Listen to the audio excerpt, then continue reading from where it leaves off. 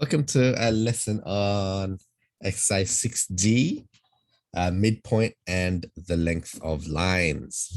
Now, there are two ways to do this topic. You can do it using algebra. If you like memorizing formulas and applying them, you're more than welcome to use the algebraic method, or you can do it using, I guess, a visual method where you just try to understand what's going on and you draw a graph and you just make sense of it from the diagram. So I'll try and cover both. So before we get started, I guess, yeah, all right, let's get started, I guess. So let's have a look at the best way to do this is just simply to look at worked examples. I'll talk my way through it and then I'll explain as I go along. So find the length of the line segment. Why is this not? There it is. Find the length of the line segment between A and B.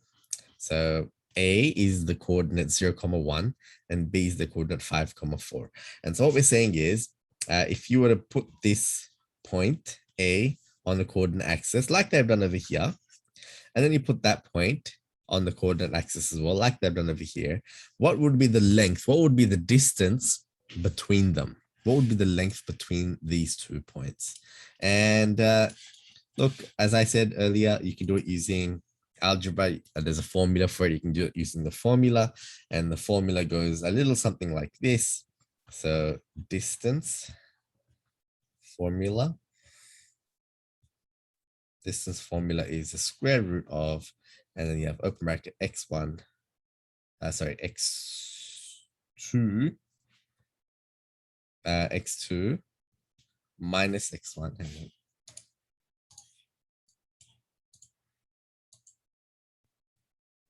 x2 minus x1 squared plus y2 minus y1 squared. And yeah, that is the distance formula. You can memorize it if you want. It's up to you. The way the distance formula works is, and this is how you would do it. If you're trying to do it using algebra, this is what you would do. You would look at these 2 points, and what you would do is on top of the first point, you write x1, y1.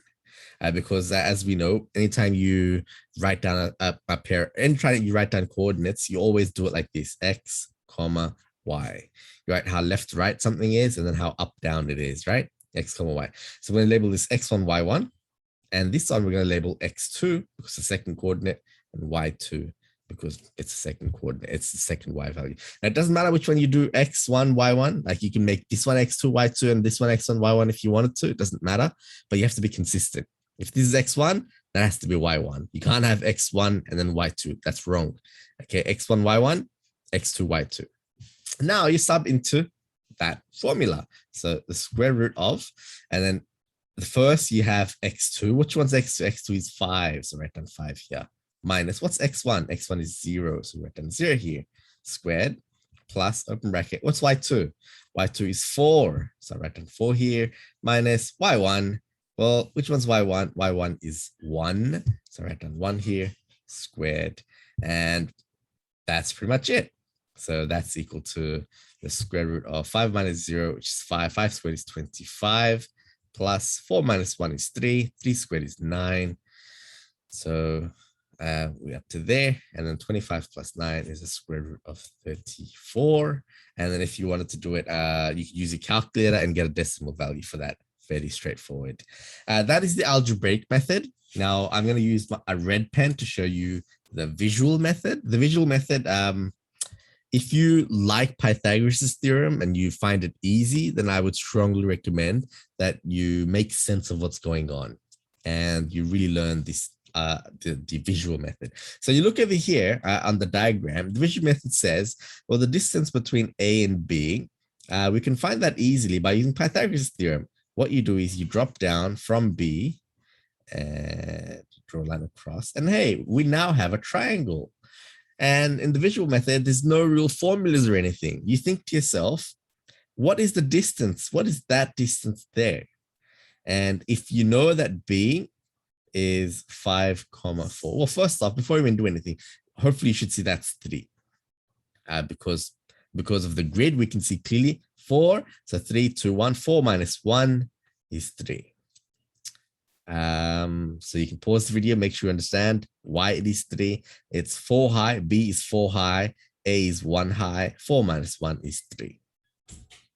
And similarly, we then look at the horizontal distance between A and B, strictly the horizontal distance, and A is at 0, B is at 5, so 5 minus 0 is 5. And then we say, okay, well, now we're just going to apply Pythagoras Theorem, right? So AB, or C squared, you can label the C if you want. So C squared is going to equal to 3 squared plus 5 squared, and then which is equal to 9 plus 25, which is equal to 34. C squared is 34, and we don't want C squared, we want C, so we're going to take the square root of both sides, and so you'll have C is equal to the square root of 34. Same answer as before. And I'm recording this, so you can always pause and watch it again, but that's basically the distance formula, the algebraic method and the visual method. The visual method, so-called, it's just basically Pythagoras theorem, and you really understand what's going on, and you apply Pythagoras theorem, and it makes a lot of sense. All right, moving on to the next question. Next question is about the midpoint between two dots. Okay, so if you have two coordinates, what is halfway between them? Halfway between them. Now, once again, there's an algebraic method and there's a visual method. So this time I'm going to do the visual method first. The visual method, we look over here and we say, well, it's going to be roughly around over there, right? A is at, now we're looking at horizontal only. We're looking at this horizontal distance between A and B, between these 2 points, the horizontal distance between them. A is at 1, B is at 5. Halfway between them is 3.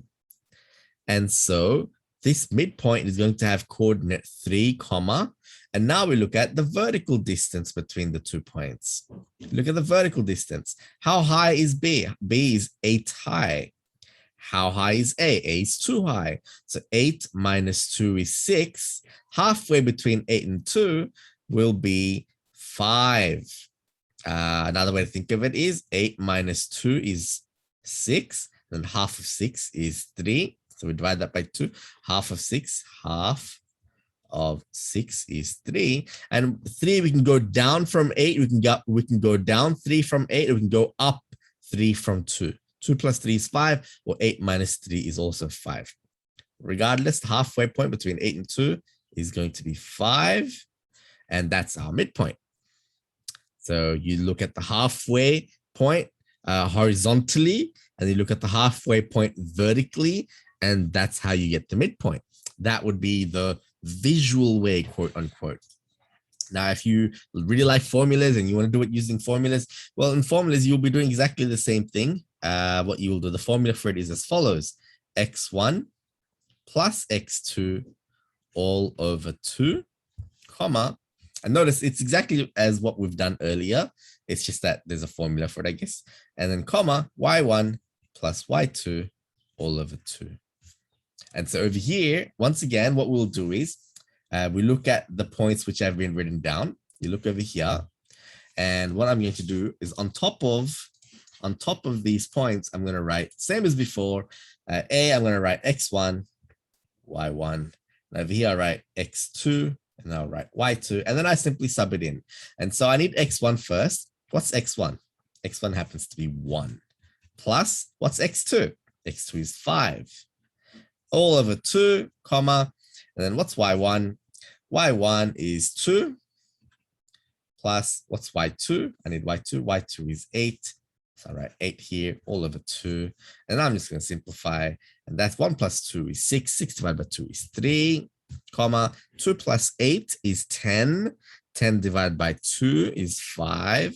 And as you can see, we have the same point as we got earlier. So again, visual method and algebraic method, you can choose whichever you prefer, whichever one you find easy. A quick hint, before we move any further, quick hint, use brackets if there are negative numbers involved. Negative numbers involved. It'll save you from making so many silly mistakes. Ah, good. There's a negative number here, so I guess we'll see. Find the distance between the points P and Q. If P is at there, then Q is at there. And they have not given a graph to us. So again, you can plot the points in and then do it visually. I'm going to try and do it algebraically because I want to really illustrate the importance of using brackets when you're subbing in. And so what I'm going to do is we have to find the distance between the points. Okay, so you know what? I'm gonna choose this point 1 this time. Just to illustrate that doesn't matter which one you call x1, y1. Doesn't matter. You can call this one x1, y1, or you can call this one x1, y1, and then the other one will be x2, y2. So just to prove a point, what I'm going to do is I'm going to say, I'm going to label this x1 and y1. And I'm going to label this x2, y2. And I'm just going to apply my formula. The distance between them is going to be the square root. And over here, I'm going to write x2 minus x1. Which one's x2? Minus 2. You know what? I think it'll be more interesting if we make it the other way around. Because I really want to have the negative numbers there. So let's label this x1, y1. And I'll explain more in a second. I'm not taking the easy way out. I'm trying to illustrate why we have to use negative numbers, why we have to use brackets when we're substituting negative numbers. Otherwise, we'll get the answer wrong. So I'm just trying to illustrate, I'm trying to teach something, okay? So x2 minus x1, x2 over here is 4. And then we're supposed to do minus, and then x1 is negative 2. Now, if you just write down 2, you will get the question wrong. You must, when you are dealing with a negative number, see there's a negative number there, I'm going to use brackets to substitute minus 2 and then all squared plus, and then I'm going to do y2, which is 5 minus, and hey, that's another negative number. So I'm going to use my brackets again, minus 3, close bracket again, squared. And that's equal to, now it says 4 minus negative 2. Now use a calculator if you're not sure, but that actually becomes a plus. 4 plus 2 is 6. 6 squared is 36. And you're more than welcome to use a calculator if you're not really sure. 5 minus negative 3. That becomes 5 plus 3, because these two negatives become a positive, so to speak. Although I should not be saying that. You shouldn't be thinking that either. 8 squared is 64. And that's equal to 100. 9, 10, yeah, that's equal to square root of 100, which is equal to 10. Square root of 100 is 10. You can use a calculator if you're not sure. The main point over here was the algebraic method. Somewhat quicker, I guess, but mainly the point of this question was use brackets if there are negative numbers involved. Okay, please. All right, last question for today. Last question for today is find the midpoint of the line segment joining those two. Once again, I am going to use the formula. You're more than welcome to plot it out and then do it visually by inspection. If that makes sense to you, I would strongly recommend it. When I was in school, that's what I did. I didn't like memorizing formulas. So I used to understand how a formula worked and just figure it out on the spot in an exam. You should always understand what's happening in maths. In fact, I'll do the visual method in a second. So midpoint of these two. First thing, what I do, x1, y1, x2, y2. This is such an important step to just write down x1, y1, x2, y2. It's so easy to get confused. Okay, and now I'm just going to write down my formula. Midpoint is x1 plus x2 all on 2, comma, y1 plus y2 all over 2. And now I'm just going to make substitutions. So what's x1? x1 is negative 3. Use brackets if there are negative numbers involved.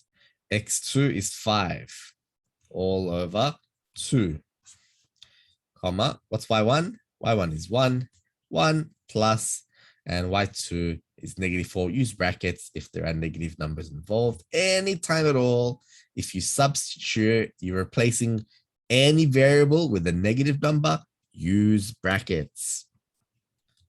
Okay, And that's going to equal to -3 plus 5 is 2. 2 divided by 2. And use a calculator for this. You have to calculate this. You're more than welcome to use a calculator. And so 5 minus 3 is 2. 2 divided by 2 is 1, comma. And then you have 1 minus 4, which is -3. -3 on 2. -3 over 2, which you can write as -1.5 if you want. Okay, let's do it using the visual method real quick. So p -3, 1. So 1, 2, 3, 1. So that's p. P is over there. It's -3, 1. That's 1. This is -3. Q is at 5, 1, 2, 3, 4, 5. 5, -4. 1, 2, 3, 4. -4, and that's Q. 5, -4. And I will draw a line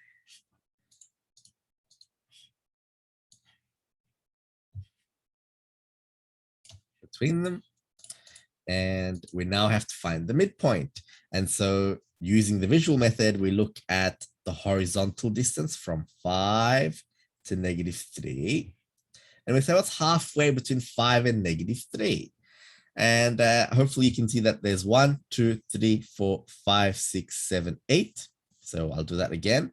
So it's 1, 2, 3, 4, 5, 6, 7, 8 units. There are 8 units there.